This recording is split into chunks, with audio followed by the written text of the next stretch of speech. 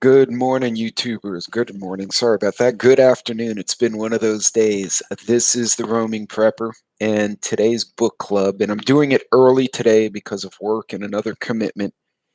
We're going to talk about the Communist Manifesto for a little bit. Now, the manifesto is not a full book. As you can see, it's kind of this little pamphlet thing. This was Karl Marx's original book describing his vision of communism. Now, a little background on Karl Marx. He wasn't a crazy person. He actually was a super educated guy. He was an economist, a mathematician, and he lived in the 1800s.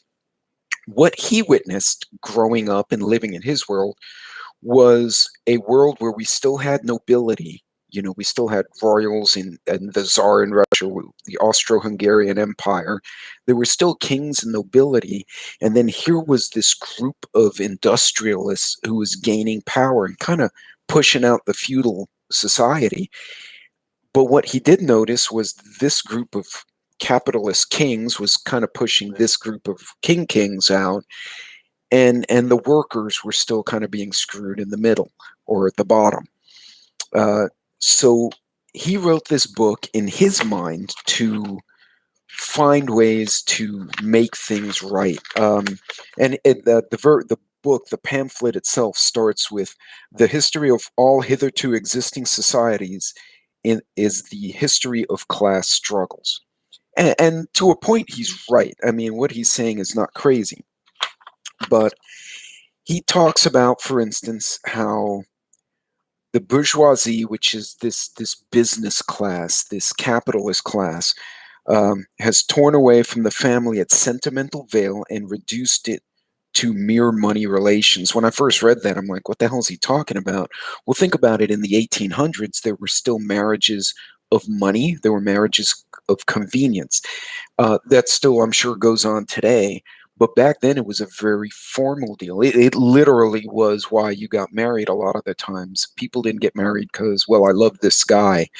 A poor girl couldn't necessarily get herself a rich husband. A poor guy could not get a rich wife. He couldn't afford her.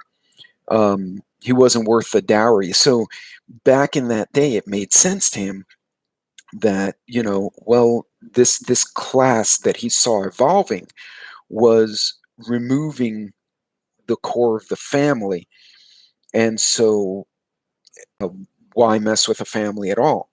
He also talks about child labor, which is illegal today, and he also talked a lot about the strata of people, how people could not move up and down. They get caught in a place, and it still happens today. Some folks, they get into that grind where they can't grow, they can't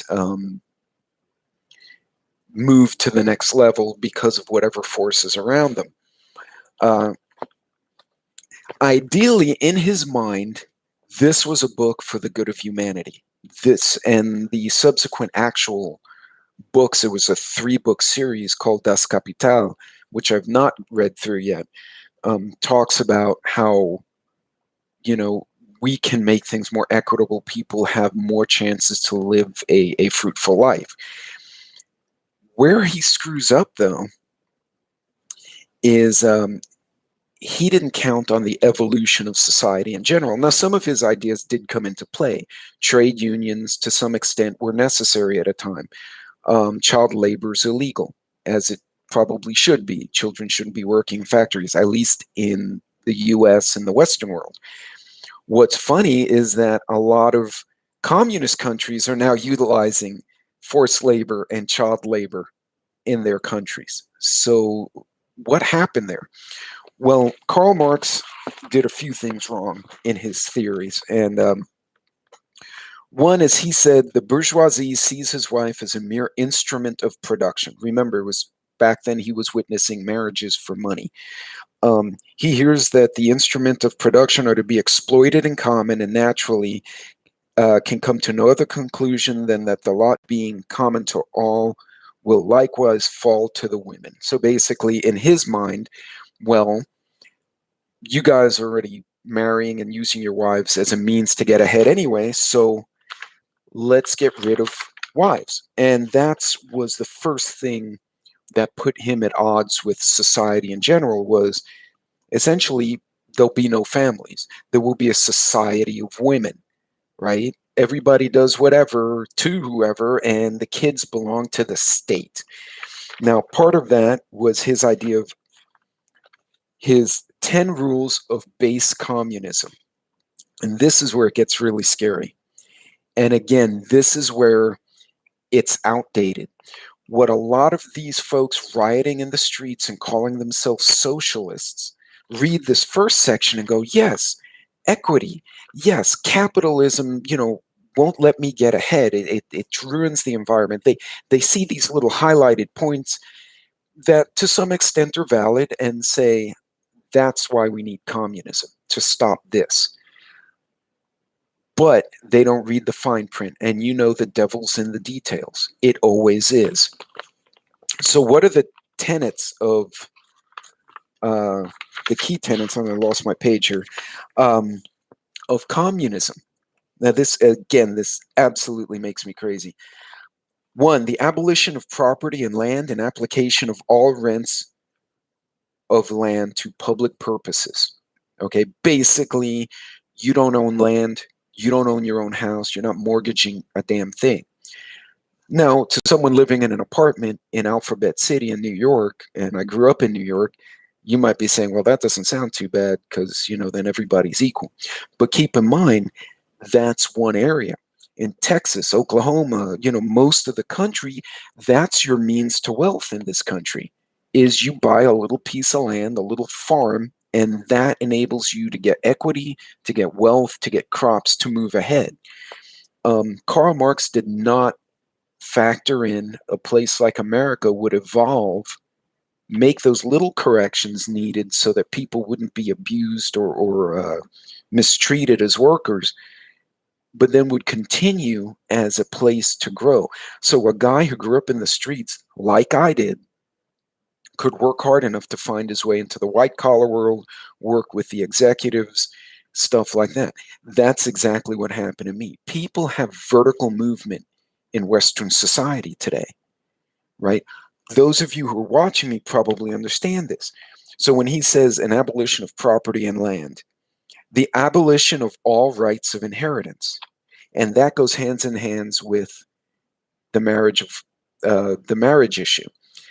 They were getting married for money. The Duke would marry the Duchess, and therefore they'd increase their wealth. Well, they're doing that for money anyway. So he said, if we get rid of families entirely, abolish the right of inheritance. But what that doesn't say is that abolishes the right of you to raise your own kid. It abolishes the right of you to pass on to your sons and daughters and grandchildren that which is yours, which flies contrary to every ancient culture, from the Cherokee to the ancient Chinese to the people who roamed the deserts and the Bedouins who followed Muhammad. All of them believe in the family basis. So this flew in the face of everything. But this is something a lot of people now don't know. They're rioting in the streets saying we should push socialism. But do you think these so-called socialists are going to give up their car or give up their iPhone and get a government-issued phone? No, they're not. But they don't read that. And here's another one. Confiscation of the property of all immigrants and rebels. Basically, they refer to anybody who joins the country, loses their property. And rebels, anyone who doesn't fall in line with communism, is a rebel. Now, folks, this is from the actual Communist Manifesto, translated to English, of course. And this is something that scares me. Because if this is the mentality of people coming into our government, then anybody, whether you're a Democrat or a Republican or Libertarian or Green Party, if you don't believe in giving up the existence of your family and all of your personal property to the state, you're a rebel. Rebels are the enemy. Think about that for a second. Let's keep going. The centralization of credit in the hands of the state by means of a national bank with state capital and an exclusive monopoly. Here in the US, we kind of have this hybrid thing. We have the Fed, but then we have private banks, and then we have other sources, credit unions. It's all centralized by the Fed, but it's loosely centralized where other banks can make investment decisions. So again, an example of where modern society just hybridized. Um, let's see what else. Centralization of the means of communication and transport in the hands of the state. You like your car? You don't get a car, you get a government issued thing. You want to drive across state lines? Nope, you got to go through the government. You can't go on a Greyhound or an Uber and go anywhere. Again, the devil's in the fine prints on this stuff. Topic 8, equal liability of all to labor, establishment of industrial armies, especially for agriculture. So there'll be no more private farms. So all of you homesteaders, SOL guys, you're going to have to give up your farms for the government. And someone in Washington or wherever is going to decide how your land will be run for the common good of the people, not for yourself, and you sell the crops. There was one more. Well, free education for all children in public schools, which we do have. That may have been one of his few good ideas that evolved with society. Abolition of children's factory labor, which was already done. So this was an interesting book, and at the time it was revolutionary. At the time, maybe even necessary that somebody pointed this stuff out. But what he was witnessing and what the world is today is different.